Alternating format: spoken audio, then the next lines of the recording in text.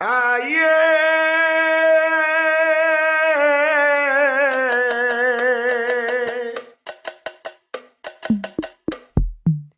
Hello Samangai! C'est comment on dit quoi? La famille ça va, la maman ça va, le papa ça va, les frères, les sœurs, tata, tonton, tout le monde va bien? Bah si ça va pas, tu sais, il y a des jours quoi. Bienvenue dans Talkamine! Talkamine. Coucou les gars, comment allez-vous? Coucou Thé, comment ça va? Je vais très bien, merci toi, Aïcha. Oui, ça va, t'as passé une bonne semaine? Oui, c'était bien, c'était fatigant, mais cool. Et Yeah, toi? bah, super, ça va, écoute, comme d'habitude, hein. Mais ça va, tranquillement. Bah, écoutez, aujourd'hui, nous continuons notre série sur les défis et les réalités du continent africain en mettant focus aujourd'hui sur un sujet particulièrement sensible, le système médical en Afrique.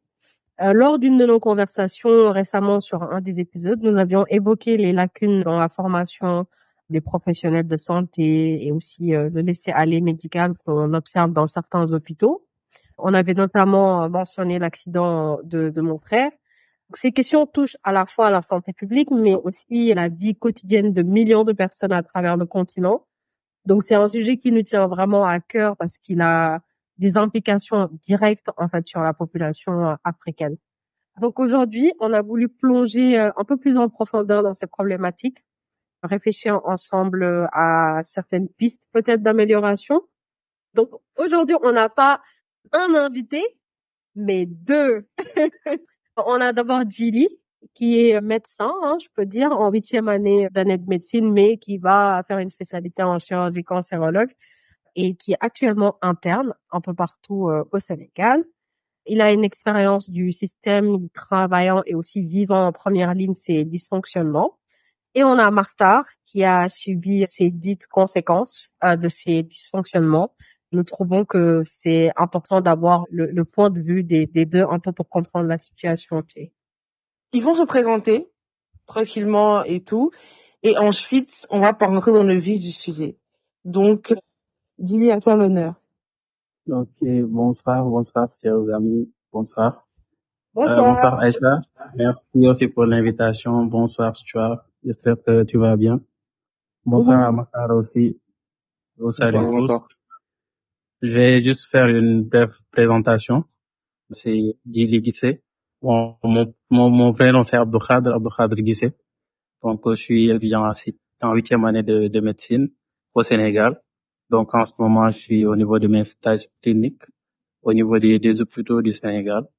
Donc, c'est un plaisir de partager avec vous pour ce sujet qui touche la population africaine et sénégalaise en particulier. Merci Donc, je Jilly pense que d'avoir la accepté. présentation. Du coup, bonsoir tout le monde. Gili, Thé, Aïcha. Moi, c'est Makta. Du coup, aujourd'hui, moi, je vais vous parler de l'histoire, de l'expérience que j'ai eue avec le système de santé au Sénégal. Et voilà. Ok. Bah, du coup, en fait, quand Aïcha et moi, on a parlé de ce sujet-là, je disais à Aïcha que je trouve que dans toutes les choses, il faut vraiment aller à la source même du problème. Parce que je lui expliquais des réalités, parce que je suis ivoirienne, des réalités qu'on voit en fait en Côte d'Ivoire par rapport aux erreurs en médecine et tout, vraiment un laisser-aller qui est limite effrayant. Et je me suis dit que la base même, peut-être que la formation, peut-être il y a un truc dans la formation qu'on a raté, parce que vivant en France maintenant, on voit que des fois, oui, il peut y avoir des ratés aussi, enfin comme dans tout, mais il y a des erreurs vraiment qu'ils ne commettent pas ici. Vraiment des trucs, je veux dire, un peu basiques. Donc, la question que je posais à Dili là aujourd'hui, est-ce que dans sa formation de médecine là, est-ce qu'il a observé quelques lacunes en fait par rapport peut-être déjà est-ce que quand il apprenait pendant tout son cursus et tout, il a essayé des fois peut-être de comparer ce qu'il apprenait avec des choses à l'étranger, enfin comment qu'il a observé des lacunes en fait dans sa formation? Est-ce qu'il y a des choses qu'il s'est dit mais j'aurais dû apprendre ça à tel moment, j'ai appris ça sur le tas? Pour cette question, bon, je me dis, d'abord, on peut parler de la formation en tant que telle. La formation des médecins, je pense au Sénégal, bon, dans la sous-région, on fait partie des meilleurs. Oui. sur le plan de la formation, parce que, par exemple, dans notre UFR, nous, on compte, je pense, 23 nationalités qui sont issues un peu partout en Afrique. Mm. Sur le plan de la formation, faut savoir aussi que, bien vrai qu'on va donner des cours, qu'on va donner des explications, il y a des stages, mais en matière de médecine, la formation, c'est continu et c'est presque personnel, entre guillemets. Parce que pour être un bon médecin, entre guillemets, il faut se donner les moyens. C'est vrai, on va essayer de comparer par rapport aux références au niveau mondial. Par exemple, c'est plus facile pour un Sénégalais de prendre comme référence ce qui se fait en France parce que les systèmes de formation diffèrent, comme pour le modèle français que pour le modèle anglais, par exemple. Parce que eux, je pense qu'ils vont faire 4 ans de pure théorie. Ensuite, ils vont faire les autres 4 ans pratiques pour le système anglais. Alors que le système français, ils vont rallier stage, c'est en alternance, on fait stage et cours à la fois. Donc, si on compare nous par rapport à ce qui se fait en France, c'est vrai qu'on est en retard sur le plan de la formation parce que le plateau médical quand même ne le permet pas assez. Mais je pense théoriquement, si on parle que de la formation, on est bien formé. Maintenant, il y a une différence entre être bien formé et être un bon praticien quand même.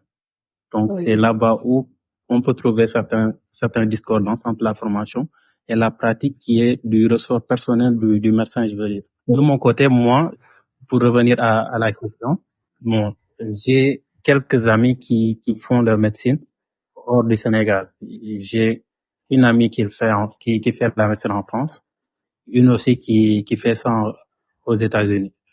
Mais pour dire vrai, quand même, bon, il y a une grande différence. Il y a une très grande différence qui est très, très notable. Mais je pense qu'au Sénégal, on est bien formé. Mais lorsque tu parles de différentes Gili, genre, est-ce que tu peux prendre un exemple un peu palpable, en fait, pour essayer de voir quelque chose, où la différence, elle est située au niveau des modules d'apprentissage ou vraiment par rapport à des sujets qui sont mieux maîtrisés, par exemple, par tes amis en Occident que par toi-même, ou c'est quoi, par exemple, les différences que tu as pu observer? Ok, bon, sur cette différence, je veux dire aussi que pour chaque contexte et chaque région, il y a aussi des urgences sur le plan médical. C'est-à-dire, il y a certaines maladies qu'on va pas trouver en Afrique ou bien qui sont sous-diagnostiquées.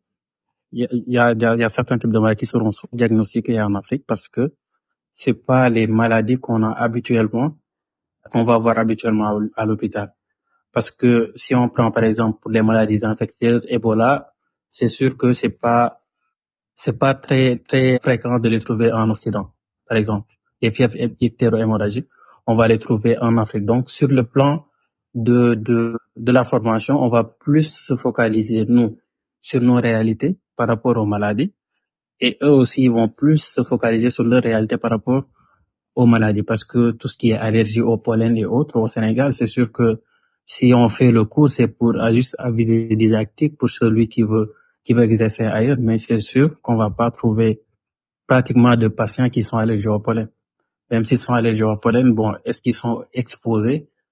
C'est des choses qui sont très subjectives. Mais sur le plan pratique, je pense qu'on est bien formé, mais comme je vous ai dit, le plateau technique qu'ils ont, par exemple, pour faire certains actes chirurgicaux, nous, on n'a pas ça. Donc, pour la prise en charge, quand même, ça diffère. Parce qu'ils sont plus en avant que nous. On attend la plupart du temps des références qui viennent en France ou bien aux États-Unis. Les recommandations qu'on fait, c'est au niveau des congrès et c'est là-bas, malheureusement, qu'on va prendre comme référence parce que ici, pour faire certaines études sur des maladies, c'est très onéreux. Et vous savez l'état de nos finances dans certains pays. Bah, du coup, moi, ce que je comprends quand Gilly explique, c'est que la médecine de base, c'est un peu comme un métier de vocation. C'est-à-dire vraiment qu'il faut vraiment sentir vraiment que tu es appelé vraiment à soigner les gens, il y a vraiment une disposition personnelle qui doit être mise en place au-delà de tout ça. Et que par rapport au plateau technique, en fait, au Sénégal, par rapport à ce qu'on leur donne comme information, normalement, tout est maîtrisé pour quelqu'un qui est consciencieux, en fait, des études qu'il fait et que par la suite, il est censé pouvoir être un bon praticien. Effectivement. Ok. Mais en fait, moi, de ce que nous on perçoit, enfin, quand on n'est pas dans le domaine et tout, on a l'impression que, comme si c'est pour ça qu'on se dit, parce que par exemple, je prends le cas de la Côte d'Ivoire, mais c'est vrai qu'énormément de personnes qui sont en études de médecine ou en pharmacie décident d'aller au Sénégal pour se former, parce que c'est mieux. Mais on trouve que, par exemple, on laisse trop, en fait, de choses qui doit être de la responsabilité de la personne, en fait. Parce que le cas de la formation, par exemple, ici, peu importe, je pense que Aïcha étudie ici, Martha aussi pareil, on te donne énormément, en fait, le savoir est vraiment bien porté, les choses sont vraiment approfondies. Oui, c'est vrai que tu dois aussi, effectivement, pousser tu dois pousser ton apprentissage toi-même, ça c'est sûr, mais on trouve que quand même, il y a vraiment un puits de savoir incroyable. Est-ce que tu me confirmes, par exemple, que c'est vraiment le cas, en fait, aussi au Sénégal, où vraiment, des fois, il y a quand même de grosses difficultés qui peuvent ralentir, en fait, de certaines personnes? Oui, c'est vrai, c'est des choses qu'on rencontre ici. Sur ce côté, comme tu l'as bien expliqué, ici, on nous donne quand même, on nous donne du savoir, mais pas assez par rapport, comparé à ceux qui sont formés en France, par exemple. Parce que moi-même, j'ai eu à bénéficier à certains de trucs qu'ils ont partagés. Et quand tu regardes, ils ont des idées beaucoup plus pointues. Alors que ici, bon, il va falloir du temps que tout ça soit confirmé par d'autres études, que ça soit adopté par tout le monde et qu'on puisse nous en profiter parce que c'est lors des congrès qu'on mette les dernières recommandations par rapport à une telle maladie, par rapport à une telle prise en charge. Donc c'est vrai qu'en France, par exemple, comme vous pouvez avoir beaucoup plus de liberté de marche de manœuvre pour l'étudiant, c'est différent ici. Parce que ici, l'étudiant, je vous le cache pas, entre guillemets, il est limité par ce qu'on le donne au niveau de l'école. Maintenant, il va faire ses recherches, mais c'est pas des recherches aussi approfondies. La culture de la recherche n'est pas bien africaine. Je Oui. suis désolé de le dire, mais la recherche, quand même, c'est notre dernier souci, nous, en Afrique. Mais est-ce que, par exemple, tu as des ressources, en fait, quand tu veux vraiment faire des recherches et tout, est-ce que tu trouves vraiment matière pour approfondir, à part de Internet ou quoi que ce soit, est-ce que les bibliothèques et tout ça, tu trouves des ressources, en fait? Oui, effectivement. Maintenant, il y a un travail qui se fait. Ah, c'est pas Vraiment, oui, il y a un travail qui se fait. Il y a les bibliothèques numériques qui sont disponibles, qui sont à la disposition des étudiants. Donc ça, je pense qu'on est en train d'évoluer sur ce côté. Mais ça reste encore par rapport aux autres qui sont bien formés en France ou quelque part ailleurs, ça reste encore. Mais on est sur la bonne chemin. Donc, ok. excusez-moi, sur le bon chemin, excusez-moi. J'ai tout mélangé.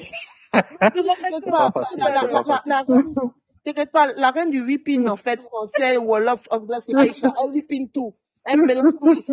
On a habitué. Ok. Non, je m'attendais Ok, pour donc, me moquer de donc c'est bon. quelqu'un, pour qu'aujourd'hui ça soit pas Non, moi, ça c'est soit ça. quelqu'un d'autre. Super. Non, du coup, moi, pendant que tu disais tout ça, ma réflexion, c'était que, donc c'est totalement normal qu'on voit autant d'erreurs et qu'on se pose la question, est-ce que la formation, elle est bonne? Parce que si à l'école, on te donne, mais pas aussi pointu et qu'il faut que tu ailles rechercher, peut-être aussi expérimenter. Donc, ça veut dire que les étudiants, une fois en interne ou en stage, ils ont besoin de, entre guillemets, tester pour trouver eux-mêmes parce que peut-être ils n'ont pas eu cette certitude avec leur formation. Non? Ou je me trompe et que la conclusion, j'ai juste sauté à la conclusion, mais c'est pas ça forcément. Bon, pour la conclusion, quand même, bon, je veux apporter quelques éclaircissements là-dessus. C'est-à-dire, si on part en stage ou bien si on fait comme vous le dites, si on est interne là-bas, parce que nous, il y a deux définitions d'interne. Il y a les internes des hôpitaux qui, là, tu passes par concours, on va prendre par exemple 40 sur, je sais pas, 1000. Ici, c'est ça qu'on appelle interne. Les stages cliniques, tu es évidemment en stage clinique, même si tu passes tout ton temps à l'hôpital. Mais il y a le chef de service qui est là pour superviser. Genre, il y a tes anciens qui sont là. Donc, il y a certaines personnes qui sont là pour confirmer ce que tu dois faire, pour valider ce que tu dois faire. Donc, c'est une formation que tu vas recevoir aussi à l'hôpital. On te laisse pas, tu finis pas tes études direct, on te laisse comme ça. Donc, c'est une formation qui est continue. Quand tu seras jusqu'en stage rural, c'est là-bas que tu auras cette liberté parce qu'on t'a assez bien formé, je pense. Parce que de la 2e année à la 8e année, tu es à l'hôpital, mais sous la supervision d'un chef de service et aussi de tes aînés qui sont là-bas, les spécialistes et les DS. Les DS sont les docteurs en spécialisation. Les internes aussi sont des docteurs en spécialisation, mais il y a une différence il y a une différence parce que l'un est passé en concours, l'autre s'est inscrit. Je vois, là, je comprends mieux. Mais genre, on te laisse pas directement, genre, comme je quitte ici, on me laisse face à un patient, genre en 3e, 4e année. Non, on va bien te former jusqu'à 6e, 7e là-bas où tu as commencé à maîtriser. Bon, juste, des fois, on peut trouver certaines erreurs, c'est-à-dire, il y a des gens qui vont prendre des gardes quelque part alors qu'ils ne sont pas bien expérimentés. C'est là-bas où se trouve le problème, en fait. Ouais. Les gens vont prendre des gardes par-ci, par-là. Tu vas voir des étudiants de 5e, 6e année qui se cherchent dans la médecine, je veux dire, qui se cherchent. Ils n'ont pas encore trouvé, tu vois, et les réflexes pour bien prendre en charge un patient qui est venu en urgence et tout. Tu vas prendre une garde quelque part, il y a des pépins. Ouais. Il peut y avoir homicide involontaire, tout ça. Il peut y avoir négligence médicale. Il peut y avoir retard de prise en charge ou bien une prise en charge qui n'est pas bien adaptée. Ça, on va en trouver. Mais la responsabilité, là-bas, il va falloir bien situer. La responsabilité, c'est la structure qui a donné la responsabilité à quelqu'un qui n'est pas censé tenir cette chose. Ouais. C'est la responsabilité directe de la structure qui a pris un étudiant de 5e, 6e année et le confier à un service d'urgence. Ça, c'est aberrant. Mais on va en trouver. On va en trouver. Je te dis, on va en trouver toujours, et ça va continuer. Si les autorités compétentes ne prennent pas leurs dispositions là-dessus. Ouais. Ah non, ça c'est sûr. Et quand est-ce que tu fais les stages? À partir de quelle année tu commences les stages? On commence les stages à partir de la 2e année, normalement, au Sénégal. Au Sénégal, tu commences. La première année, bon, c'est l'année d'initiation normale. On commence là-bas, on vous donne les cours, tout ça là. À partir de la 2e année, c'est alternance le matin. Tu fais les cours le soir. Non, le matin c'est le stage, excusez-moi. Et le soir, on fait les cours. Donc c'est comme ça que ça se fait. Maintenant, à partir de la 6e année, là-bas, il y a plus d'examen. Donc tu vas enchaîner avec les stages jusqu'à la fin et soutenir la thèse de doctorat en médecine. Ok, super. Bon. Moi, j'avais une question, du coup, Dili. Donc, ça veut dire que la formation, elle est parfaite. Bon, parfaite, entre guillemets. En tout cas, ça fait partie des meilleures formations en Afrique. Vous êtes bien formés, vous pratiquez bien, vous avez beaucoup de stages, etc. Mhm. Donc, ça veut dire que le problème se situe au niveau administratif, si je comprends.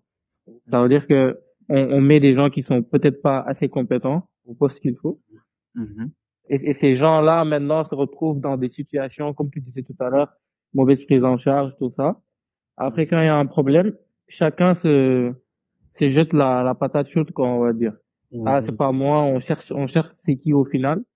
Et on sait aussi que dans notre culture, par exemple, au Sénégal, on a tendance à tout le temps dire, Yallah barna. Ouais. En Enfin, gros, Dieu, quoi. Dieu est bien, on laisse tout entre les mains de Dieu, on cherche pas trop à tirer, à chercher en fait la source du problème et d'aller le régler. Donc si je comprends bien, le problème pour toi, c'est surtout au niveau administratif, de comment on gère tout ça après.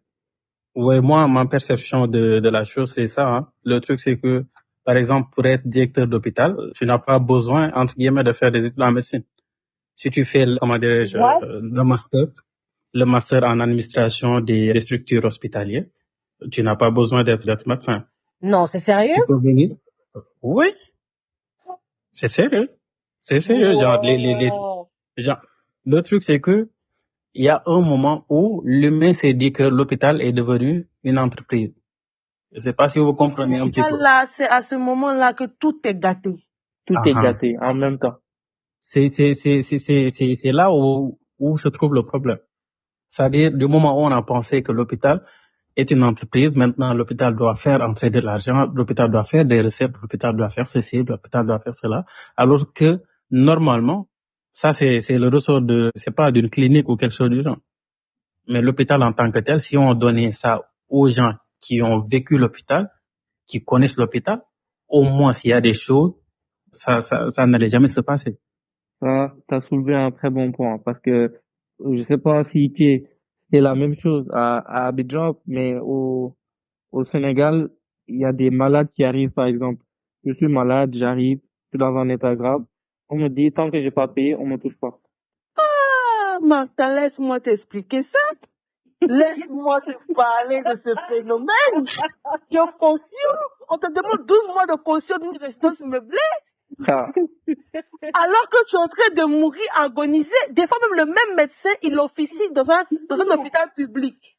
Le même médecin là, il te laisse là-bas, il te dit, tu sais quoi, je peux pas te recevoir ici. Va payer l'autre côté où là-bas là. Hein. Quand tu payes là-bas, je peux te recevoir là-bas plus rapidement. Tu arrives des fois, tu es en train de mourir, même on te dit, toi, on peut faire quelque chose pour toi, c'est pas la peine. J'ai vu des personnes devant moi. On leur a dit que il nous reste par exemple tel nombre de médicaments, tel nombre de poches de tel, comment on appelle ça, produit. On ne peut pas vous injecter ça parce qu'il est déjà en train de mourir. Si on lui donne ça à lui, ça sert à rien, il va mourir à 16 heures. C'est mieux, on va économiser pour l'autre personne. Oui, c'est terrible. véritablement. Tu vois des gens qui vivent des choses. C'est incroyable. Et comme il a dit là, du moment que maintenant l'hôpital est devenu une entreprise, on réfléchit en mode business. Tu vends des tomates, c'est 100 francs, tu n'as pas les 100 francs, bouge. C'est les dieux maintenant. Voilà, on ne parle plus de santé. Il n'y a plus la question de c'est un être humain qui a besoin de se soigner. Non. Public, privé, tout est mélangé. T'as pas d'argent. Et du coup, voilà, justement, c'est pour moi qu'on parle de la formation parce que je me suis dit que quelqu'un quand même qui a, et je pense que Dili a bien dit de dire aussi que, mine de rien, c'est vraiment personnel aussi parce que c'est un peu comme une vocation. Parce que si tu sens vraiment que tu vois, tu dois soigner, sauver des vies, tu peux pas étudier pendant tel nombre d'années et laisser quelqu'un agoniser, mourir comme ça ou avoir vraiment un laisser-aller total. Mais pour essayer de passer sur ce niveau de formation et de passer au sujet du laisser-aller véritablement, qui est le sujet phare de cet épisode-là, je veux savoir juste une dernière question. Julie, est-ce que pour toi, il y a quelques aspects en fait que je te dis, bon, c'est vrai que tu dis que c'est bien, pour ce qu'on nous donne quand même, ça c'est suffisant, mais est-ce que tu penses qu'il y a des aspects qui peuvent être améliorés, que toi-même tu as pu voir dans ta formation, ou des choses que tu te dis, on peut juste retirer ça en fait de la formation. Si tu as 2 ou 3 exemples en fait. Ok. Bon, côté, si j'ai rencontré quelque chose qu'on pourrait enlever de la formation, je ne pense pas. Des choses qu'on pourrait améliorer, oui. C'est-à-dire les simulations, et ça a commencé pour certains établissements. Nous, le mien, les gens, ils font les simulations, mais toujours comme je vous dis, c'est pas comme chez vous à ce moment, mais quand même, on est sur la bonne voie. Ce qui est sûr, c'est que la facilité que les pays développés ont, c'est qu'ils peuvent tout essayer et sans utiliser comme cobaye la personne, en fait. Ils peuvent faire la simulation à distance, essayer, se tromper, on te forme et il n'y a pas de conséquences directes pour la personne. Alors que nous, je vous dis, votre premier patient, là, il va bien se souvenir de toi. Ça, c'est sûr. Parce que tu es un petit peu, tu es un petit peu maladroit. Ah ouais, tu es un petit peu maladroit, tu stresses. Tu es en face de la personne alors que, bon, tu te dis, c'est là où tu vas commencer. De toute façon, tu vas commencer par une personne.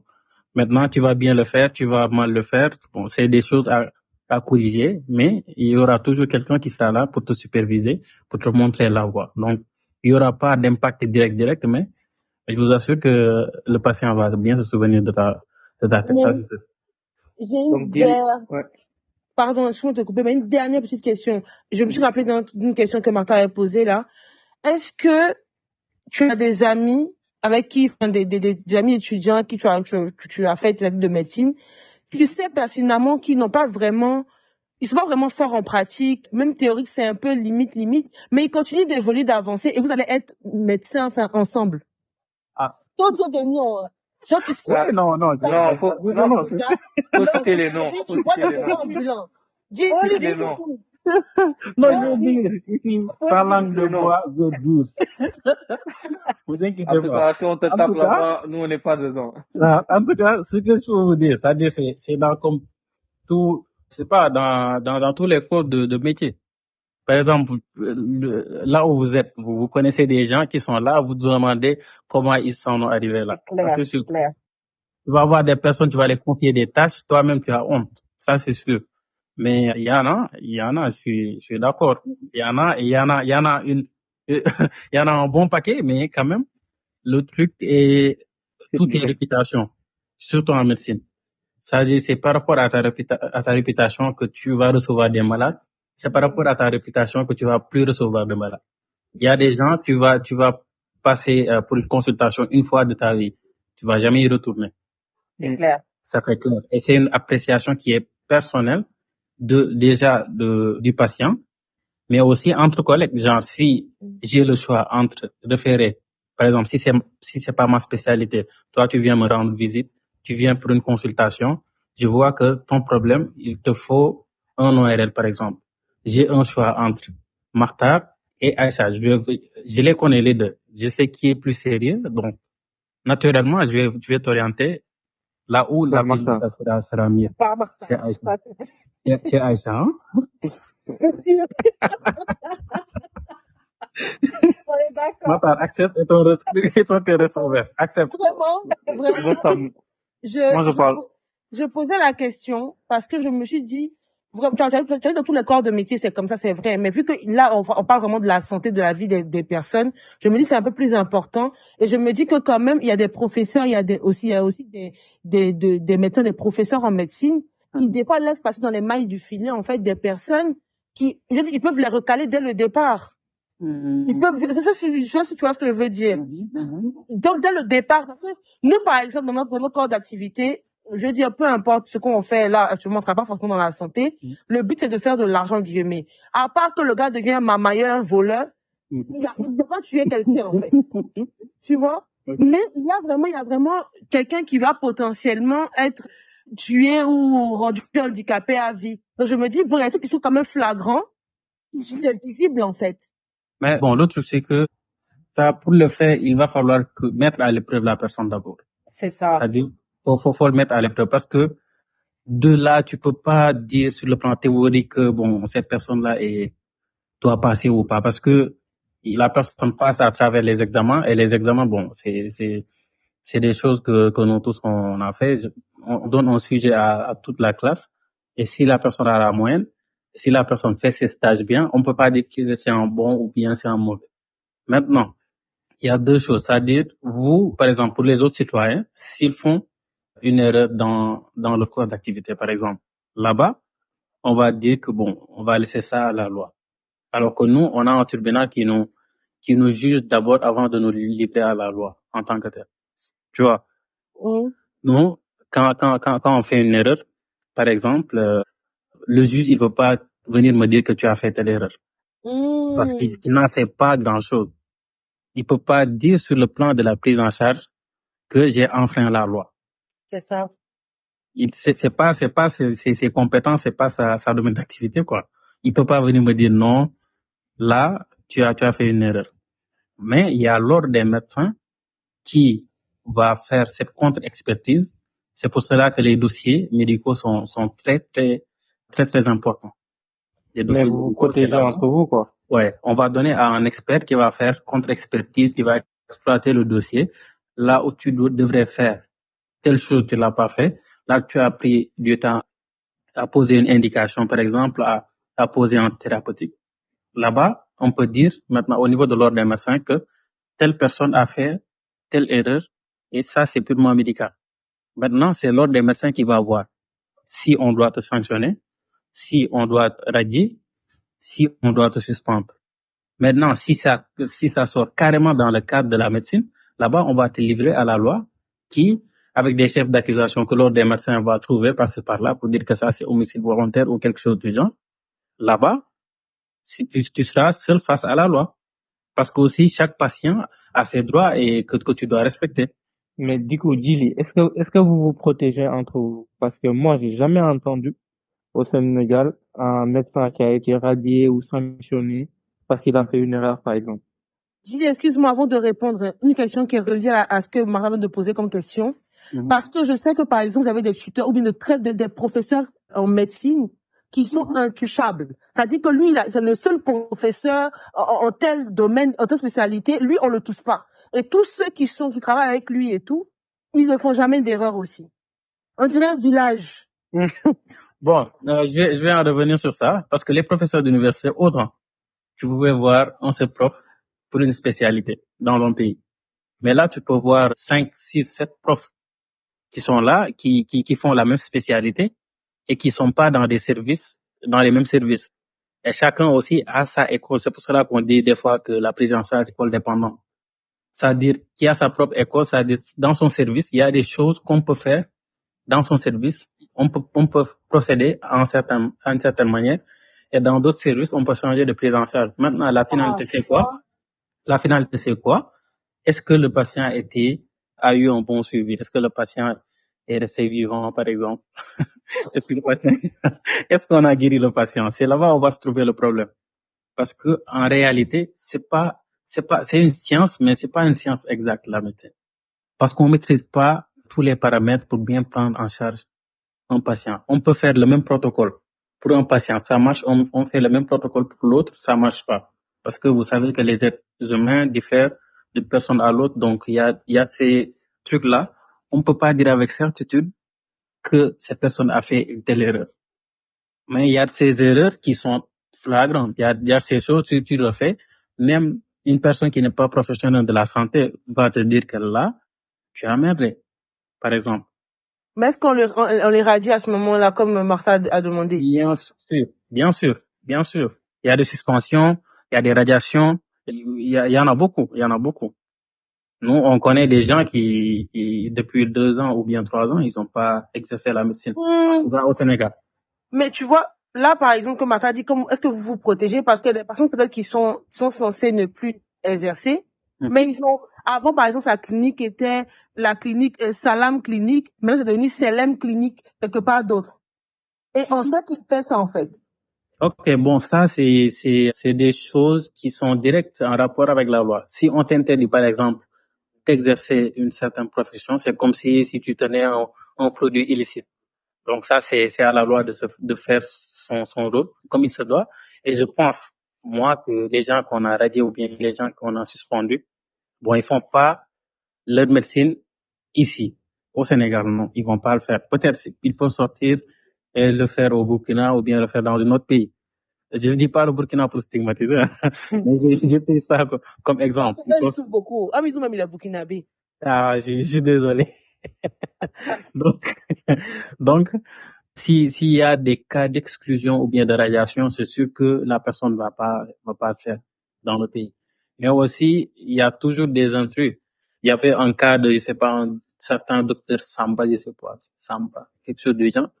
Le gars, il était tellement bien placé dans les trucs communicationnels du ministère de la Santé, si je me trompe pas, d'alors, en 2020, lors de la COVID-19, alors qu'il avait, il avait cartouché à la 4e année de médecine. Donc, il s'est procuré, je sais pas, un faux titre de docteur en médecine, quelque chose du genre. Mais, quand on l'a su, quand les gens ont fait des investigations, on l'a radié et on l'a mis en prison. Donc, il y a des cas de radiation et d'exclusion. Bon, là, les gens font le tout pour que justice soit faite.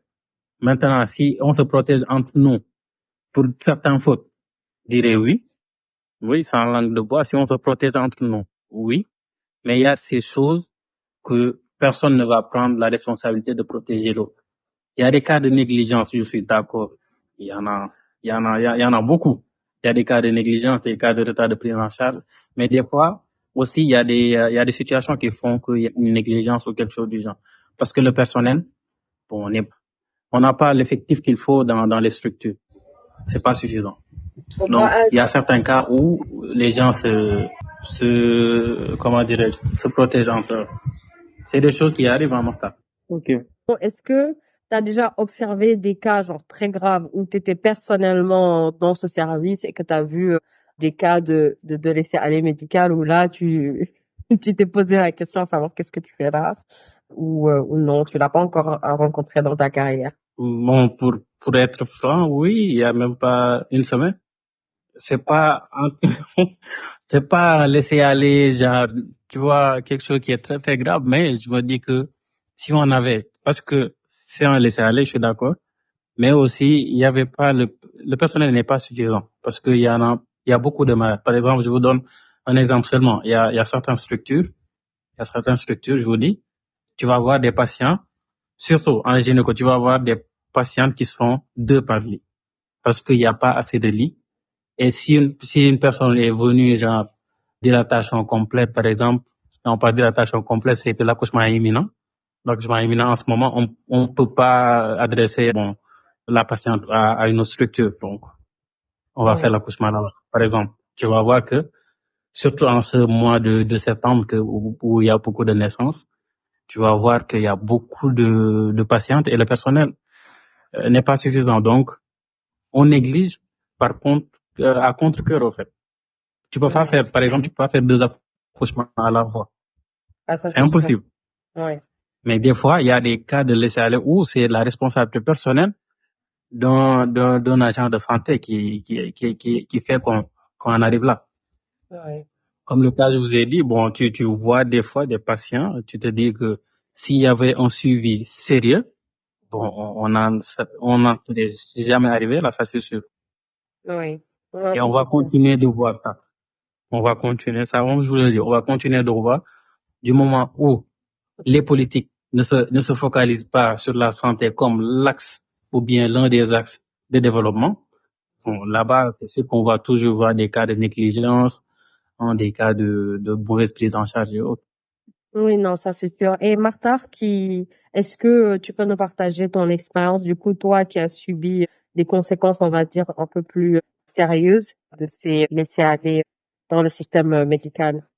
Alors, du coup, moi, c'était quand j'étais plus petit, je devais avoir moins de 2 ans, ou à peu près 2 ans. Je suivais mon père, en fait. Il est rentré, il parlait au téléphone. Il est rentré dans une pièce. J'ai mis ma main sur la porte, et la porte s'est refermée toute seule. Du coup, j'ai eu une petite fracture. C'était rien de grave sur le coup. On m'a amené à l'hôpital pour voir si tout allait bien. Ils ont vu, d'ailleurs, je vais citer le nom, hôpital de Louga. Attends, Ils ont, attends. Martha, on n'est pas encore arrivé quelque part, ce petit podcast-là, Martha. non, quand on va réécouter, on va dire, voilà, il avait dit. Oui, tu peux citer. Cite, en vrai, cite. Je m'en fous. C'est parce que je sais même pas le nom du médecin, sinon j'allais citer lui aussi. Moi, je crois que je connais, hein, mais je cite l'hôpital. Faut citer l'hôpital seulement. Pardon, vas-y. Du coup, l'hôpital de Louga. Du coup, j'y vais, il voit qu'il y avait une fracture. Donc, je vous laisse imaginer un enfant qui a 2 ans.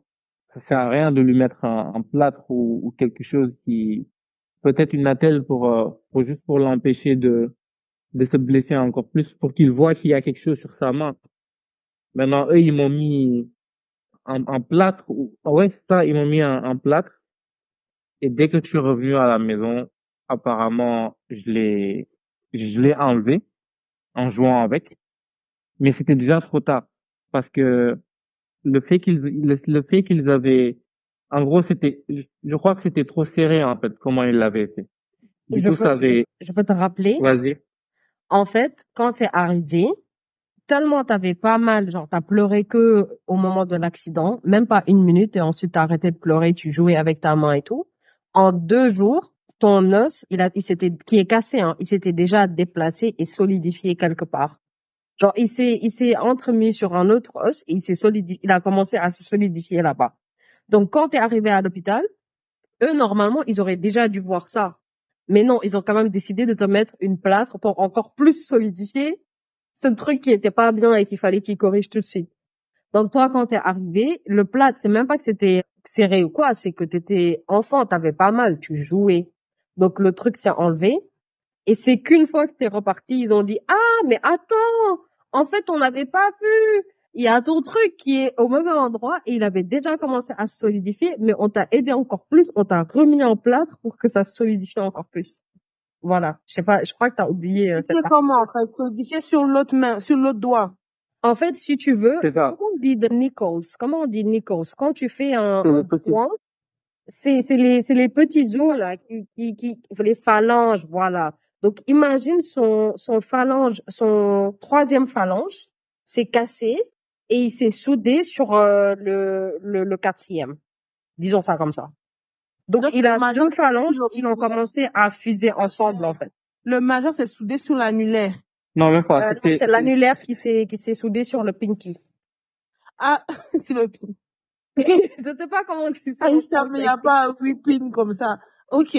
Du coup, c'est mon petit doigt, moi. C'est le petit doigt qui avait eu une fracture. Oui, vas-y. Au niveau des phalanges. Du coup, ça c'est, je pense qu'ils n'ont pas fait de radio quand je suis arrivé pour voir. Ils se sont dit, ok, c'est encore un enfant, juste on va évoluer le truc et tout. Mais Du coup, si je j'aimerais, résume. par rapport, Oui.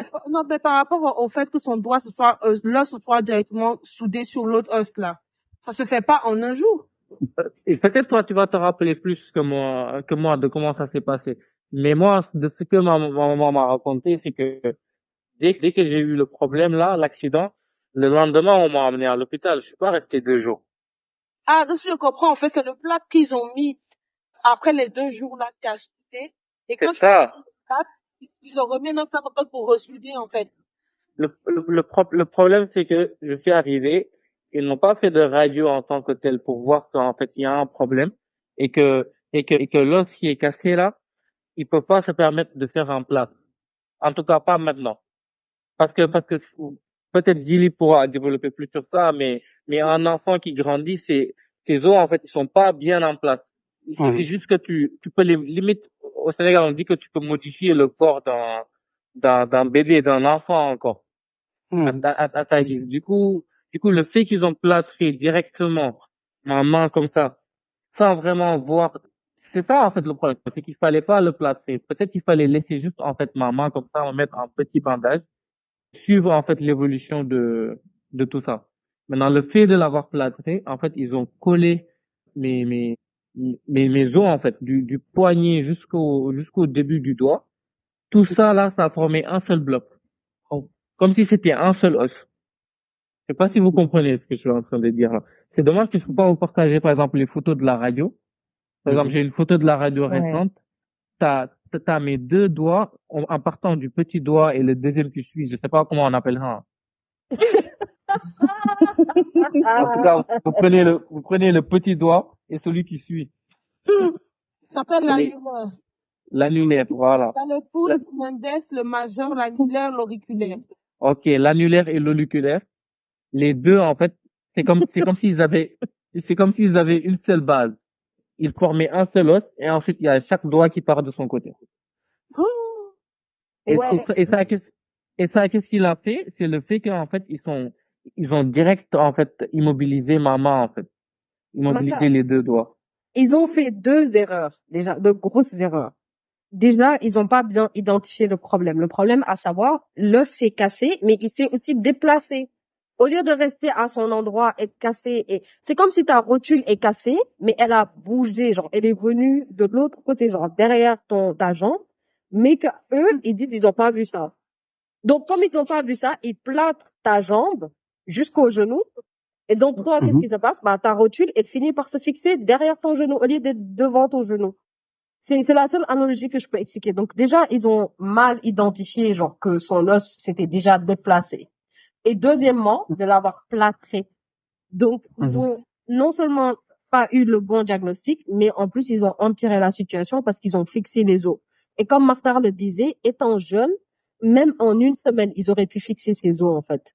Parce qu'il était vraiment, genre, il avait même pas 2 ans, en fait, Martha. C'était un bébé, littéralement. Donc, ça s'est passé hyper rapidement. C'est les 2 grosses erreurs. Moi, je comprends toujours pas comment ils ont fait pour pas avoir vu. Je comprends pas. Mais bon, bref. Vas-y, Martha. Bon, Martha, bon, est-ce que je peux donner quelques appréciations là-dessus? Vas-y. Bon, je pense que déjà, comme tu as dit, c'est une erreur de diagnostic déjà. est-ce que à l'époque ils avaient une bonne radio? Ah ouais, ouais. Ça, c'est ce qu'on appelle pseudarthrose, c'est-à-dire deux os qui devraient pas se toucher normalement et qu'il y ait un calvicier entre les deux. Et ils m'ont opéré. C'est-à-dire que quand on est revenu et qu'ils se sont rendus compte de leur bêtise, ils ont dit oui, on va l'opérer, on peut le modifier. Mhm. Et là, vous voyez par exemple sur la photo, ça c'était avant, parce que j'ai refait une autre opération il y a 7 ans comme ça. Parce que vous voyez que mon petit doigt, il part sur le côté. Oui, oui. Et ça, c'est à cause de l'opération qu'ils ont fait, soi-disant qu'en fait, ils allaient régler le problème si on fait l'opération. Du coup, là, moi, j'ai une cicatrice sur ma main et mon doigt partait sur le côté. Et j'ai refait une autre opération, cette fois-ci, en France. Et j'ai perdu, par exemple, un bout de doigt. Peut-être j'ai dû perdre 3 centimètres de doigt pour pouvoir, en fait, le fait que le petit doigt part complètement sur le côté droit, le remettre, en fait, tout droit. Et limiter les accidents parce que j'ai eu d'autres fractures par la suite parce que Avec des reins? ouais, avec lors d'une bagarre, j'ai frappé quelqu'un, direct, ça s'est cassé encore. Pardon, ici, on ne fait pas la publicité de la violence, s'il te plaît. Donc, les trucs de frapper quelqu'un, ma main s'est cassée, là. En plus, tu as mal introduit ça, parce que la vérité, c'est que, avec la position de ton doigt, qui part complètement à l'extérieur, faut dire que ton petit doigt était presque inutilisable, en fait, parce que tout ce que tu faisais, tu le pointais vers le haut. T'arrivais pas à l'utiliser, en fait. Il y avait plus cette utilité de, par exemple, si tu mangeais par la main, d'utiliser tes 5 doigts, bah non, tu mangeais avec les 4 doigts. Et donc, ce que ça fait, c'est que toutes les choses que tu aimais faire, c'est-à-dire le Tu peux manger à ticket. non, il ne savait pas. Il allait manger avec une cuillère. Mais en fait, tout ça pour dire que bah, Ça qui lâche. Je pas qu'il y a, donc, t'allais pour comer à ticket, là, je pouvais pas. soyez sérieux un peu là. Même moi, j'ai foufou, moi, je me pose la question. Pardon, Dilly, tu te poses la question par rapport à? Non, vous n'êtes pas Si sérieux, vous pouvez vraiment. manger du foufou, par exemple. Vous n'êtes pas sérieux. On est en train de parler d'un accident grave, de parler de Atiki. Mais mine de rien là, mais mine de rien, Aïcha, tu sais que c'est doigt, comment c'est positionné là. Donc, Pour compter l'argent, Aïcha. Comment c'est positionné là, puis tu mets les liasses, tu fais comme ça. Et puis ton doigt à côté, et puis tu bloques. Tu vois, Dieu te voit. C'est pourquoi tu le tiens comme ça. Qui est pardon? Qui est Dieu te voit? Je dis que Dieu a fait que tu sois un compteur d'argent, de liasses, de billets. Dis tout ça. Dis amen seulement, pardon. Amen. Mais du coup, ça a fragilisé, en fait, ça a impacté toute ton enfance, Martha, je dirais. Parce que tu jouais au foot, la balle te touche, allez hop, la main est encore cassée ou enflée ou je sais pas quoi. Tu joues ne serait-ce qu'un peu trop fort avec quelqu'un, genre vous êtes en train de rigoler, vous chamaillez un peu et tout. Allez, bim, la main a un souci encore. Donc, comment toi, t'as vécu ça pendant ton enfance? Est-ce que c'est quelque chose auquel tu pensais constamment ou justement l'innocence de la jeunesse et tout, tu pensais pas, ça t'a pas dérangé plus que ça? Non, à un moment donné, tu t'y habitues, mais c'est vrai que il y a plein de choses que tu peux pas faire, quoi. Que ça soit des sports que tu peux pas essayer parce que ta main ne te permet pas. C'était surtout ça. Et aussi le fait que, par exemple, tu pouvais pas manger à la main. Des trucs comme, c'est des trucs simples, c'est des trucs banals, mais, par exemple, des fois, on peut se moquer de toi sur ça ou un truc comme ça. Oui. Moi, ça m'affectait pas vraiment, mais c'est plus sur l'aspect sport. Il y a des sports, par exemple, que j'aurais tellement aimé faire et que j'ai pas pu faire à cause de ça, en fait. La boxe, le basket. Le basket, j'ai essayé, mais je me blessais à chaque fois. Du coup, voilà. Est-ce que tu aurais aimé que pardon, vas-y, tiens. Excuse-moi, Aïcha, j'ai une question que je voulais poser, en fait. Est-ce que, en gros, c'est quand vous avez pu venir faire l'opération en France, quand tu as commencé à avoir une sorte de répit par rapport à tes multifractures, là, ou ça n'a pas vraiment changé grand-chose? Si, ça a changé beaucoup de choses. Par exemple, depuis que j'ai fait l'opération, là, j'ai pas fait d'accident après ça. Parce que, en fait, vu que le sujet de la vidéo, en fait, c'est les défis, en fait, qu'on rencontre en Afrique. Des fois, on parle là du domaine du médical et tout. Mais je me dis, tu vois, encore une fois, si tu n'as ni les moyens ni les ressources de partir te soigner à l'étranger, tu restes sur place et il n'y a pas des ressources pour pouvoir te permettre, en fait, de plus en plus, peut-être on pourra trouver une solution sur place. Mais je veux dire, quelqu'un qui n'aurait pas pu, en fait, avoir les moyens de se faire soigner à l'extérieur, c'est compliqué. C'est très compliqué. Par exemple, on peut prendre l'exemple j'ai quelqu'un dans ma famille, par exemple, qui a eu une fracture au pied, au niveau du tibia. Ça s'est ouvert. Et encore une fois, la même hôpital, Louga, il est arrivé, ils l'ont plâtré directement. En pleine nuit, il criait genre de douleur. Le lendemain, on l'a ramené à l'hôpital. Quand ils ont ouvert, en fait, c'est comme si son pied avait commencé à s'infecter. Mais attends. C'est des maçons qui travaillent là-bas ou c'est comment? Mais Je sais pas. se poser la Ils plâtrent seulement. Il plâtre seulement. C'est des maçons. Ouvrir sa jambe, vraiment, ça c'est Et, horrible. et c'est comme si, en fait, son pied avait commencé à pourrir. Et il a fait plus de 15 ans avec cette plaie. Hein. La plaie, elle s'est fermée en 2017. Attends, la plaie, elle s'est fermée, tu vois, tu m'apprends des nouvelles, hein. Pour moi, ils avaient dû lui couper la jambe, je ne sais quoi, mais... Et à plusieurs reprises, ils lui ont dit, ouais, en fait, faut qu'on te coupe la jambe, c'est mieux et tout et tout. Mais lui, il a persisté qu'il voulait garder son pied. Du coup, il se forçait à marcher dessus, il faisait ses traitements de son côté, ses pansements, etc., etc., etc. Et là, il a pu retrouver, il garde toujours sa jambe, mais tu vois toujours les séquelles. Et c'est pour revenir en fait à ce que tu disais, c'est-à-dire que si t'as pas les moyens, peut-être pour partir dans des cliniques genre privées, ou peut-être il y a des médecins et le matériel qu'il faut en fait pour te soigner, ou alors sortir, aller à l'étranger pour se soigner, des fois c'est compliqué. C'est-à-dire pour des familles précaires, c'est très très très compliqué. Tu perds ta jambe, tu perds ta main, ou tu perds ta vie. Et derrière, il n'y a pas de répercussions. C'est ce que c'est pour ça que je demandais à Dili, en fait, est-ce qu'ils se protègent pas au final? Je fais l'avocat du diable. Il y a tellement de cas au Sénégal, comme ça, et au final, ça finit nulle part, en fait. Mais papa, Martin, je vais faire l'avocat du diable. Pourquoi? Parce que la plupart du temps, le problème en Afrique, c'est qu'on ne porte pas plainte. On ne porte pas plainte. Là, le gars, je connais au moins 10 personnes qui ont soit tué, soit handicapé d'une manière ou d'une autre, et il y a personne qui a porté plainte. Il y a personne qui a remonté le nom d'un médecin pour dire que, cette personne, que ce soit les sages-femmes sont encore pires.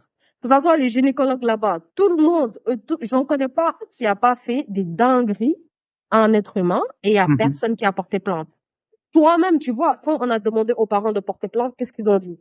Ils ont dit oui, mais c'est déjà de toute façon, c'était ton destin, c'était écrit déjà que ta main allait être comme ça. Il y a personne qui a porté plainte. Donc là, c'est même pas qu'ils se protègent entre eux, parce que probablement ils ont vu que leur confrère a fait une erreur. Mais si le patient va pas se plaindre, le médecin il va pas, il pourrait, mais j'imagine pas que Dili va aller dénoncer mon collègue il a fait ci, il a fait ça. Ça m'étonnerait qu'il fasse ça, tu vois un peu.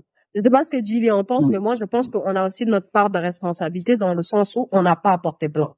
Bon, là, je voulais déjà parler du cas de la main de papa. Parce que comme tu me disais, Aïssa, s'il y avait une fracture, s'il y a une fracture même, chez l'enfant, faut savoir que pour faire une fracture, c'est très, très, très difficile. C'est comme si vous prenez, les branches d'arbre là, quand c'est encore, je vois ça. Quand c'est encore humide là. C'est ça qu'on appelle fracture de bâton humide, je sais pas. Oui. Quand c'est encore humide là, pour casser, vous voyez l'énergie que ça demande. Ici, si c'est pas un choc assez violent, on peut pas avoir une fracture. On peut avoir déjà une luxation, par exemple, que l'articulation sort du lieu où ça devrait être. Maintenant, comme tu l'as dit, le fait que ça solidifie là-bas, c'est très rapide parce que le développement des os de l'enfant, ça reste. Parce que entre l'os en tant que tel et les cartilages, ça reste un espace que l'enfant va combler avec son alimentation, avec son développement.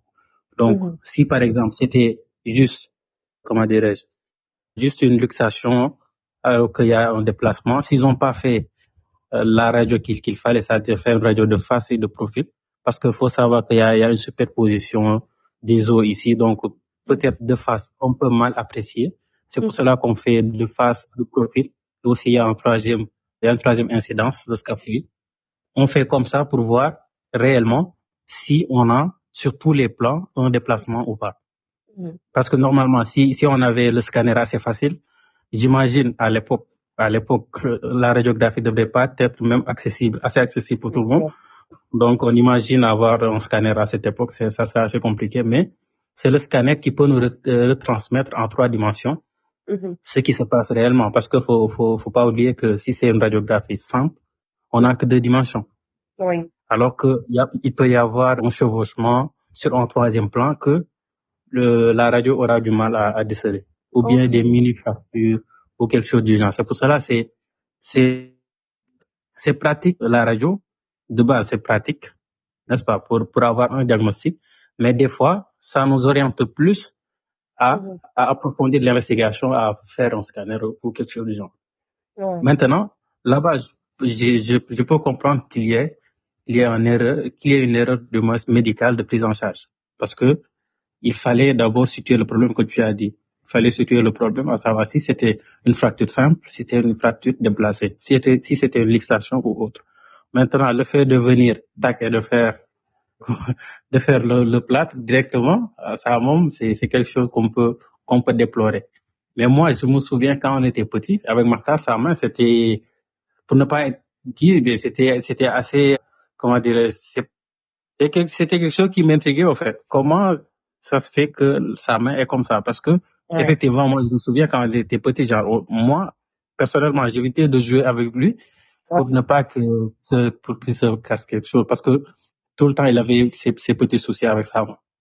Donc, la médecine d'alors, quand on était jeune, je pense que ça, c'était pourvoyeuse d'erreurs médicales et de retard de prise en charge ou bien de prise en charge qui n'étaient pas adaptées. Ça, moi, je vous l'accorde réellement. Mais excuse-moi, j'ai été coupé, pardon. Mais est-ce que tu es actuellement là, je veux dire, est-ce que de son expérience actuellement, parce qu'on dit que Martha c'était il y a longtemps, donc ça pouvait, on peut excuser ça. Mais actuellement, est-ce qu'il a été face sur le situation là? Faut parler. Lâche l'affaire. Mais il n'a pas encore excusé l'hôpital de Louga. Il n'a pas excusé. Il t'a dit excuser comment? Comment?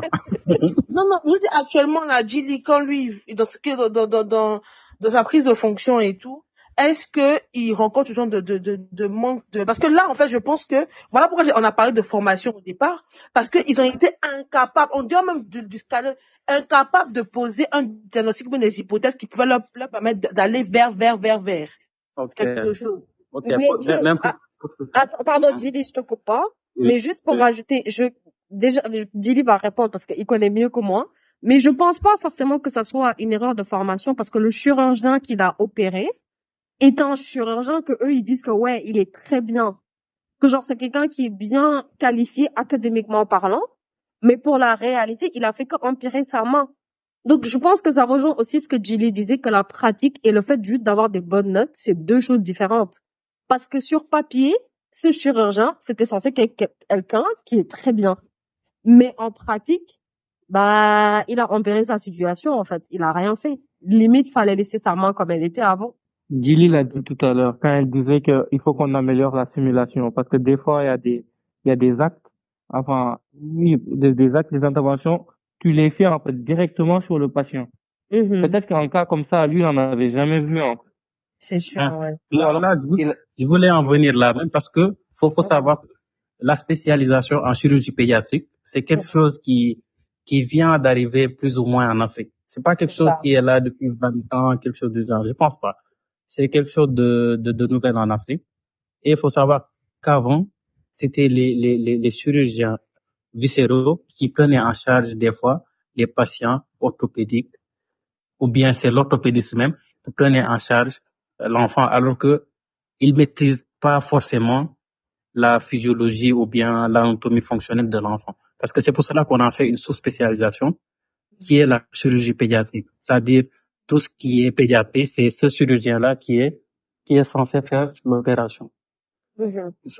Donc c'est ce chirurgien qui est appelé à faire l'opération quand on parle de chirurgie pédiatrique. Maintenant, ce que je voulais rajouter là-dessus, c'est que je pense que, moi, ce que je pense, c'est que comme Martha l'a dit, c'était une première pour ce chirurgien d'être en face de ce genre de problème. Parce que si c'était un chirurgien ou bien un orthopédiste assez expérimenté ou qui en a vu des cas en pédiatrie, je pense que même s'il peut pas régler le souci, je pense qu'à Dakar, par exemple, à Fann ou bien à l'hôpital principal, que ça manquait un chirurgien pédiatre. Ça, je pense. Donc, il y a cela, je sais pas, 10, 15 ans, 20 ans, peut-être, il y avait ces pénuries, mais là, actuellement, on n'en rencontre pas. Ok. Actuellement, on n'en rencontre pas parce que, actuellement, bon, il y a cet éveil de conscience-là qui montre que bon, on ne peut pas tout maîtriser, on ne peut pas tout savoir. Dans certains pays, il y a des gens qui font une sous-spécialisation de la main seulement. Ils vont faire des chirurgies que de la main. Il y en a qui vont prendre une seule articulation pour se spécialiser là-bas, pour montrer la complexité de la prise en charge. Oui. Maintenant, on a plus cette humilité de dire là, on maîtrise pas, là, c'est pas de mon ordre de prise en charge, on va référer ça à un autre spécialiste. C'est vrai. Donc, actuellement, c'est des choses qu'on voit de moins en moins. Ah, c'est une bonne nouvelle déjà, si on voit de moins en moins.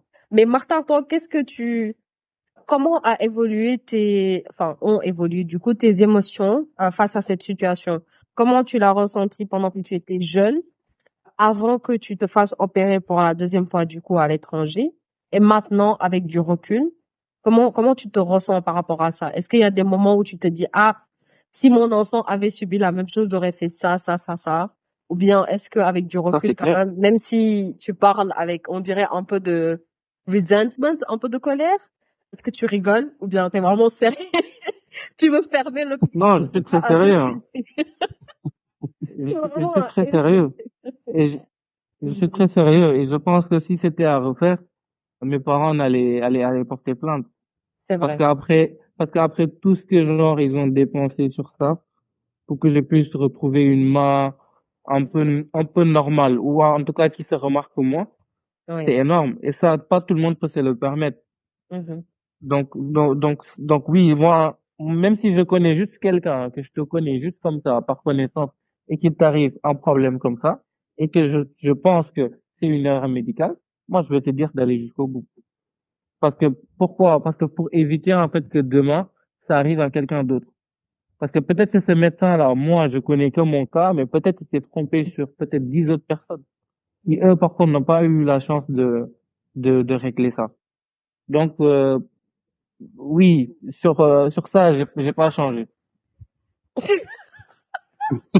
Pardon, je rigole, mais c'est un trauma laugh, en fait, parce que je le connais. Vous connaissez pas Martin? Martin, c'est vraiment un mec, genre, on a parlé de l'épisode sur la rancune, mais il fallait qu'on mette Martin aussi dedans. Non, mais en fait, mais Aïcha, tu vois qu'on a parlé du fait que les gens disent que oui, il faut laisser, c'est ton destin, Dieu et tout ça. Moi, dans ce genre de situation-là, je vois plutôt le côté où peut-être qu'il n'aurait pas eu ça, il n'aurait pas été aussi sensible à ce genre de problématique-là, en fait. C'est Parce vrai? que là, c'est son doigt, c'est sa main. Ça aurait pu être son pied. Comment il est grand, là, marcher comment? C'est clair. Quand même, faut voir. Tu vois ce que je veux dire, non? Ouais, c'est vrai. Hein. Donc, je veux dire, en fait, que là, encore, c'est son doigt, mais en fait, c'est comme si c'est en mode, tu vois, toi, c'est ton petit doigt. Tu rates ton petit doigt, tu peux même les mettre dans ta poche, cacher, faire des trucs et tout, si ça te dérange quoi que ce soit. Mais il y a d'autres personnes, donc tu vois, ça le rend sensible vraiment. Et toi, par exemple, que sa sœur, voir ton frère dans cette situation, par exemple, tu es encore plus sensible à cette problématique-là, tu vois, pour permettre aux gens de communiquer dessus. Et moi, je me dis que des fois, justement, il peut t'arriver des choses comme ça, juste pour ça aussi. Ça, tu vois, c'est un peu, voilà, ce côté-là. Mais après, je me dis, bon, encore, tu vois, comme encore une fois, tu n'as pas les moyens de pouvoir de pouvoir aller de l'avant, c'est compliqué. Et je pense aussi que c'est l'éducation qui fait que tu te dis tu as confiance en toi, c'est pas ma main qui va changer mon apparence ou quoi que ce soit. Parce que là, tu vois, Dili même il le dit, j'avais peur de le bousculer et tout parce que voilà, de pas trop tu vois, le bousculer, pas qu'il se blesse. Ouais, non, ça c'est sûr. Et ça, pour te donner juste un point de vue, je pense que Didi ou moi ou nous, tout autre, on faisait attention à lui, mais lui, il faisait pas attention pour lui, tu vois. Oui. Genre, Oui. lui, Je trouve que c'est mieux comme ça. Oui. Non, il avait du mal là. À être à la hauteur de la situation, en fait. Je te jure, ils s'en foutent, ils faisaient karaté, machin. À l'école, c'était le sanguin qui voulait se battre toutes les semaines.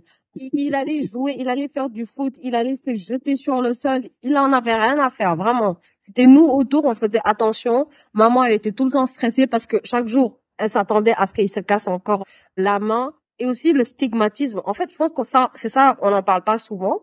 C'est qu'en Afrique, quand t'as un handicap, peu importe ce que c'est, hein, peut-être juste t'es migraineux et que c'est ça ton handicap, il y a quand même, comment dire, un stigmatisme que les gens posent sur toi. Genre, par exemple, de sortir, d'aller dans une autre maison et de demander une cuillère pour mon frère. Parce que tu le vois, like, il mange Ça avec c'est 3 vrai. doigts. Tu viens de me Il mange rappeler un avec truc. 3 doigts. Il y a tout le riz qui tombe, en fait. Il mange 10% de ce qu'il prend dans sa main. Il y a rien qui rentre dans sa bouche parce qu'il peut pas plier ses 2 autres doigts. Mais pourtant, les gens le regardaient ou bien sortir des commentaires. Ah, bah, lui, il se prend, pour un blanc ou je sais En pas blanc. quoi, alors que Ouais. pas Non, du non, non, pas un blanc. Non, non, non. Clairement, tu manges du Pour riz un avec 3 toi. doigts.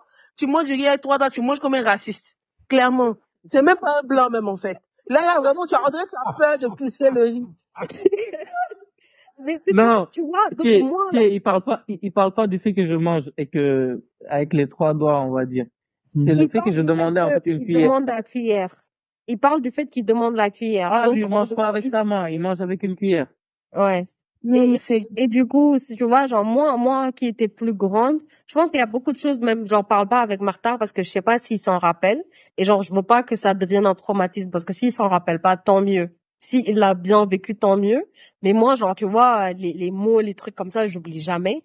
Et juste d'entendre des gens faire des commentaires très ignorants, ne pas même savoir la réalité des choses, pourquoi il a cette main et tout, que déjà, c'est pas de sa faute, ça n'avait rien à voir avec nous et que voilà, enfin, c'était une erreur médicale et puis c'est comme ça. Après, on est reconnaissante qu'il ait pu avoir cette deuxième opération et le changer, mais c'est sûr, en tant qu'être humain, il y a des moments où tu t'assois et tu te dis, bah, s'il avait pas ça, ou si seulement il avait pas, il aurait pu faire ça, il aurait pu faire ça, il aurait pu faire ça, parce qu'il y a toujours cette peur quand même qui te retient et de savoir qu'il y a beaucoup de choses que tu peux pas faire parce que ta main te le permettrait jamais, en fait. Genre, c'est ton destin, it's your fate, tu peux rien y faire. Mais je sais pas. C'est après Martha, bon, je pense pas que ça ait touché ta confiance, mais bon, voilà quoi. Moi, j'avais une dernière question pour toi, Jilly. Est-ce que tu as déjà ressenti le syndrome de Dieu? D'ailleurs, je sais pas si on vous en parle à l'école et tout. Pour ceux qui savent pas, le syndrome de Dieu, c'est quand les médecins, ils arrivent à un stade où ils se pensent un peu pas intouchables, mais que c'est eux qui décident de la vie ou de la mort de quelqu'un, mais dans un sens vraiment beaucoup plus poussé que juste soigner quelqu'un. C'est genre, ah, ils se prennent vraiment pour... Et je te demande la question parce que j'ai côtoyé des gens qui sont passés par ces phases en étant exposés à plein de trucs dans le milieu médical. Donc, je voulais savoir, est-ce que tu as déjà eu ça? Ou est-ce que tu as rencontré des gens dans ta promo ou des gens que tu as croisés qui ont eu ça? Julie, attends, avant que tu répondes, Julie, s'il te plaît, je vois que ce soit la dernière question, mais juste une question liée à ce que Martha a vécu et tout, et ensuite on termine, ça va être le syndrome de Dieu. Vraiment, je veux savoir, est-ce que lorsqu'il y a des gens de problèmes là, vous basez vraiment aussi sur le psychologique, c'est-à-dire vous apportez vraiment un soutien psychologique aux personnes qui rencontrent ce genre de problématiques là en fait? Est-ce qu'il y a des trucs qui sont mis en place, il y a un suivi? Par exemple, moi, de mon travail, en fait, on gère des établissements de santé. Il y a, en fait, du médico-social, du médical et tout ça. Et en fait, il y a eu une erreur, en fait, sur une petite fille. Et ça a été vraiment un truc vraiment pas possible, en fait, à gérer. Mais en dehors, en fait, de tout le protocole qui est mis en place de ce genre de situation-là, certains directeurs ont tenu quand même à apporter vraiment du soutien, à réexpliquer aux familles, à inviter les familles à comprendre, à expliquer vraiment comment ça va se passer, à vraiment envoyer les gens à comprendre en fait le problème et expliquer que bon, c'est pas une fatalité. Parce que j'ai l'impression que, par exemple, dans ce cas-là, c'est que sa famille en fait vraiment qui a géré cette situation-là. Est-ce que des choses sont mises en place dans les hôpitaux, par exemple, dans lesquels tu officies, par exemple, pour accompagner des gens dans ce genre de situation? Ok, bon, pour répondre à la question, bon, il y a une problématique qui est là. C'est-à-dire que nous, ce qu'on se base pour définir l'état de santé, la bonne santé, l'OMS l'a défini comme un état complet de bien-être physique, mental et social. Il ne consiste pas seulement à une absence de maladie ou d'infirmité. Mais nous, en Afrique, on se limite à l'état de santé physique, physique seulement. Et ça, je pense que on est en phase de remédier ça parce que pour notre ministère de tutelle, maintenant c'est le ministère de la Santé et de l'Action sociale. Au moins, on tend vers le social, mais sur le plan psychique, il faut savoir qu'il y a une négligence de la part de la population. C'est-à-dire, si tu parles de dépression, par exemple, au Sénégal, on va te dire que celui-là, il s'invente une vie à la française comme ça, alors que ce sont des problèmes de santé qui sont là, qu'on doit prendre en charge, en fait. Et je pense que il y en a certains, ils n'ont pas cette déontologie, cette éthique, à savoir accompagner le patient sur le plan psychologique. Et ça, c'est quelque chose de très, très important. Mais faut savoir aussi qu'il y a pas un nombre assez important de psy dans les structures. Moi, dans les structures où je suis passé, j'ai jamais rencontré un psy. Jamais. Et le médecin, il doit faire deux rôles à la fois. C'est-à-dire, il doit prendre en charge l'état physique, l'état psychique et parfois même l'état social de la personne. Parce que, pour vous dire, il y a les côtés sombres de notre pratique. Il y a les côtés sombres de notre pratique, c'est-à-dire on peut trouver des négligences, des erreurs, mais aussi il y a des côtés sur le plan social. C'est-à-dire on fait des cotisations. Moi, par exemple, j'ai des patients. S'ils ont besoin de sang, on n'en a pas. C'est moi qui va donner mon sang, par exemple. On va se déplacer dans certaines régions très, très reculées. On va faire des consultations gratuitement.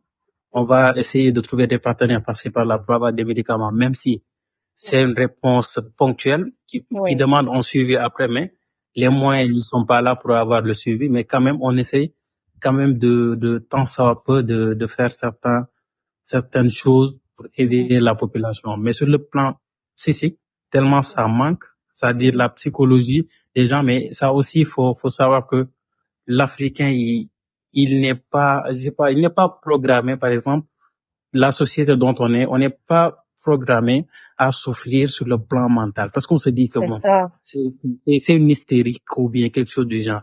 C'est des simulations. Alors que c'est tellement important. Le fait que ton mood peut déterminer ton état de santé, il y en a plusieurs personnes où, quand ils sont dans un bad mood, c'est sûr que bon, il y a tout leur corps qui leur fait mal, ils sont mal par-ci, ils sont mal par-là, ils sont hypochondriaques. Des douleurs qui peuvent pas se situer dans leur corps, alors que c'est des choses lorsqu'on prend la chose à la racine, c'est des choses qui sont curables, par exemple. Maintenant, s'il y a un problème, il va falloir quand même apporter ce soutien. Mais comme je vous dis, c'est de la responsabilité personnelle, par exemple, du médecin, ou bien de l'auteur en question, pour essayer de remonter le moral au patient, ou bien d'essayer de trouver quelque chose de palliatif pour essayer de gérer la situation. Mais nous, dans notre pratique, non, ce que je peux prendre comme exemple, nous, on se base beaucoup sur le plan mental. Parce que le plan physique, c'est quelque chose qui saute à l'œil. Mais des fois, il y a des patients qui viennent, qui vous parlent des problèmes de santé. Toi-même, ton premier réflexe va être, est-ce que cette personne est bien dans sa tête? C'est ça. Tu lui demandes, qu'est-ce qui se passe? Genre, tu essaies de pousser un petit peu l'interrogatoire en montrant un ton assez familier. Tu vois, tu essaies de côtoyer la personne, de l'expliquer. Des fois, le patient a besoin juste d'une faille pour se livrer à toi-même. Parce qu'il y a nous-mêmes qui disait, pour dire l'importance de cet aspect, c'est-à-dire, il y a un des anciens médecins qui disait, écoutez le patient, il vous donnera le diagnostic. C'est-à-dire, on n'est pas des superman qui vont voir de loin, ou bien des Dr House qui vont voir de loin, vous voyez, le patient, il a ça. Et on a le diagnostic en un clin d'œil. Non. Il faut écouter le patient, il faut s'inquiéter de la situation, il faut se préoccuper de sa situation psychique pour qu'il puisse te dire, ouais, bon, c'est ça que j'ai, ou bien c'est ce problème que je présente. Donc, moi, c'est une bonne nouvelle, hein. Mais vraiment, et en plus de ça, je me rends compte en fait que malgré le fait qu'ils soient pas nombreux, ils essaient quand même de prendre le temps, tu vois, d'essayer de gérer cette partie-là en fait, tu vois. Parce que sinon, à la fin de ça, c'est comme une usine en fait. Tu rentres, tu as quoi? Tu sais pas, t'as quoi sort? Tu as quoi? Tu sors. Tu vois? Sauf que là, vraiment, c'est pose-toi, essaie de te poser des questions, de répondre, et que finalement, c'est des êtres humains comme nous qui ont 24 heures aussi, quoi. Et 24 heures où ils doivent être concentrés véritablement. Moi, je pense Donc, que je me si en Afrique, là, on avait le même matériel et le même suivi que ont les Occidentaux en matière de médecine, mais on allait être des extraterrestres. Parce que tu vois, les médecins africains, comment ils sont débrouillards. Avec rien du tout.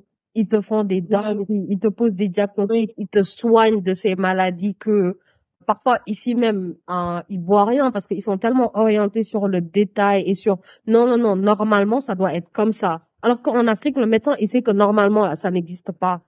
Normalement, c'est un terme qu'ils vont pas te dire parce qu'ils savent, ils sont sur le terrain, ils savent que avec rien, ils peuvent se débrouiller. Donc, bien évidemment, c'est à déplorer, c'est vraiment triste, mais je pense que il nous faut une politique vraiment qui se ressente sur ça, parce que c'est dommage. On a des gens tellement talentueux, on a des médecins tellement talentueux, mais une partie du problème aussi réside dans le fait de leur mettre dans des bonnes conditions, d'avoir assez de médecins, d'avoir du bon matériel, de pouvoir leur donner justement le temps qu'il leur faut pour consacrer à chaque patient et pouvoir poser des bons diagnostics vraiment, quoi.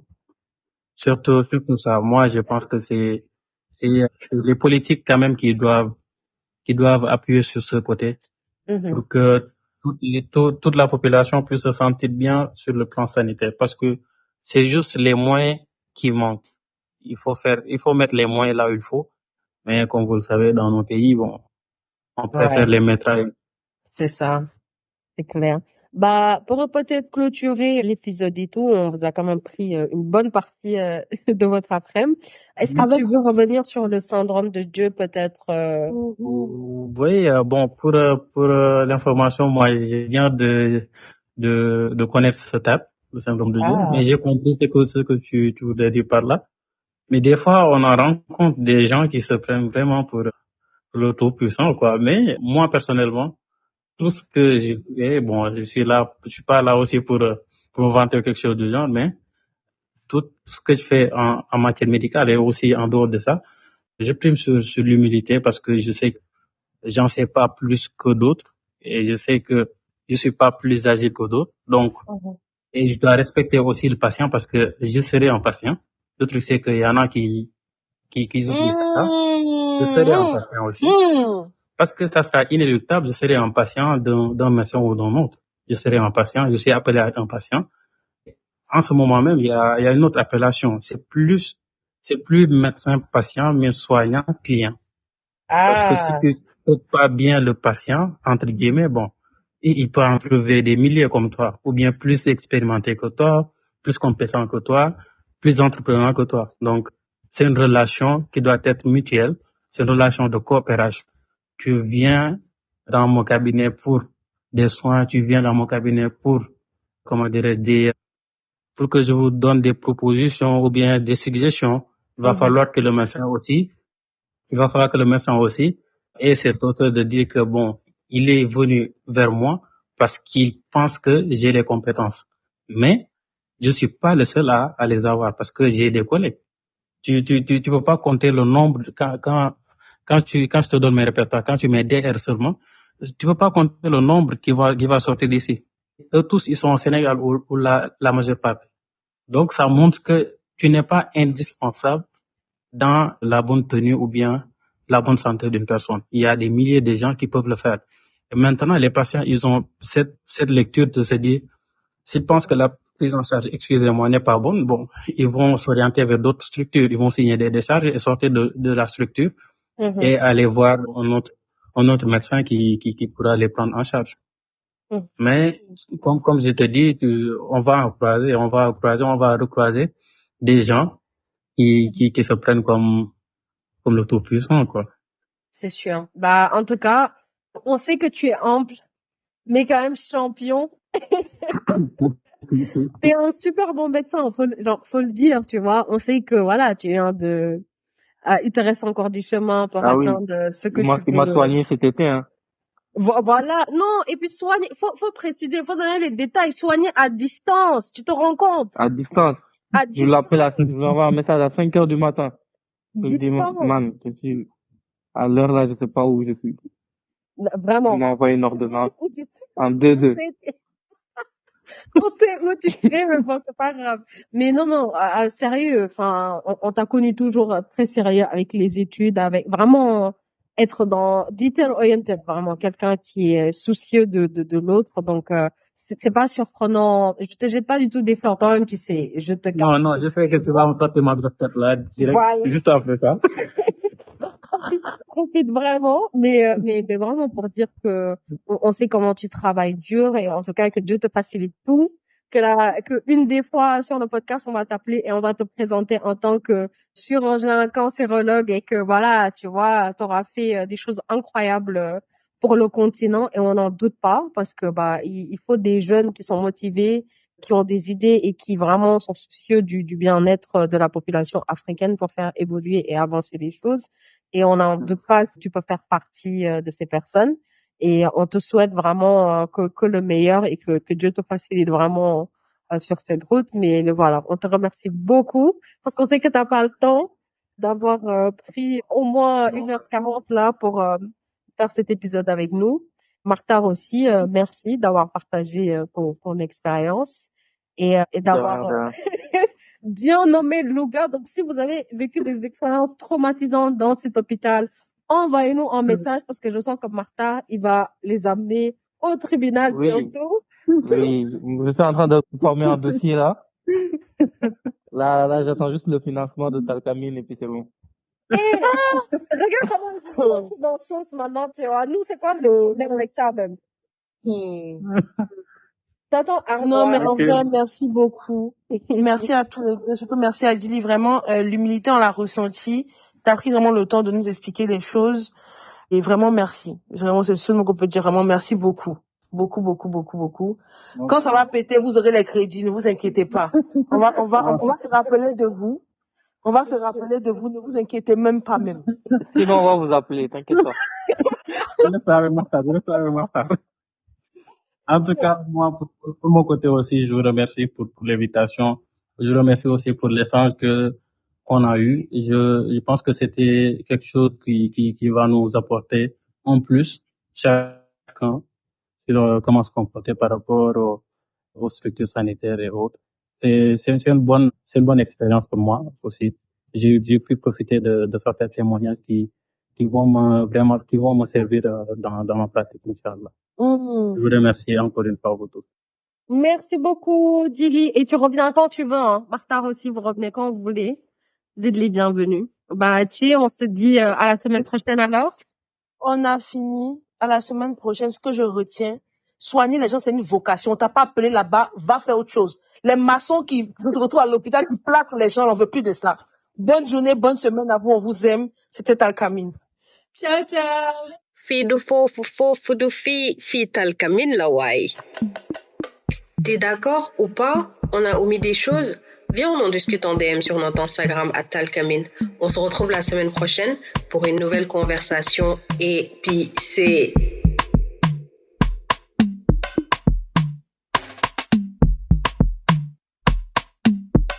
Talcamine.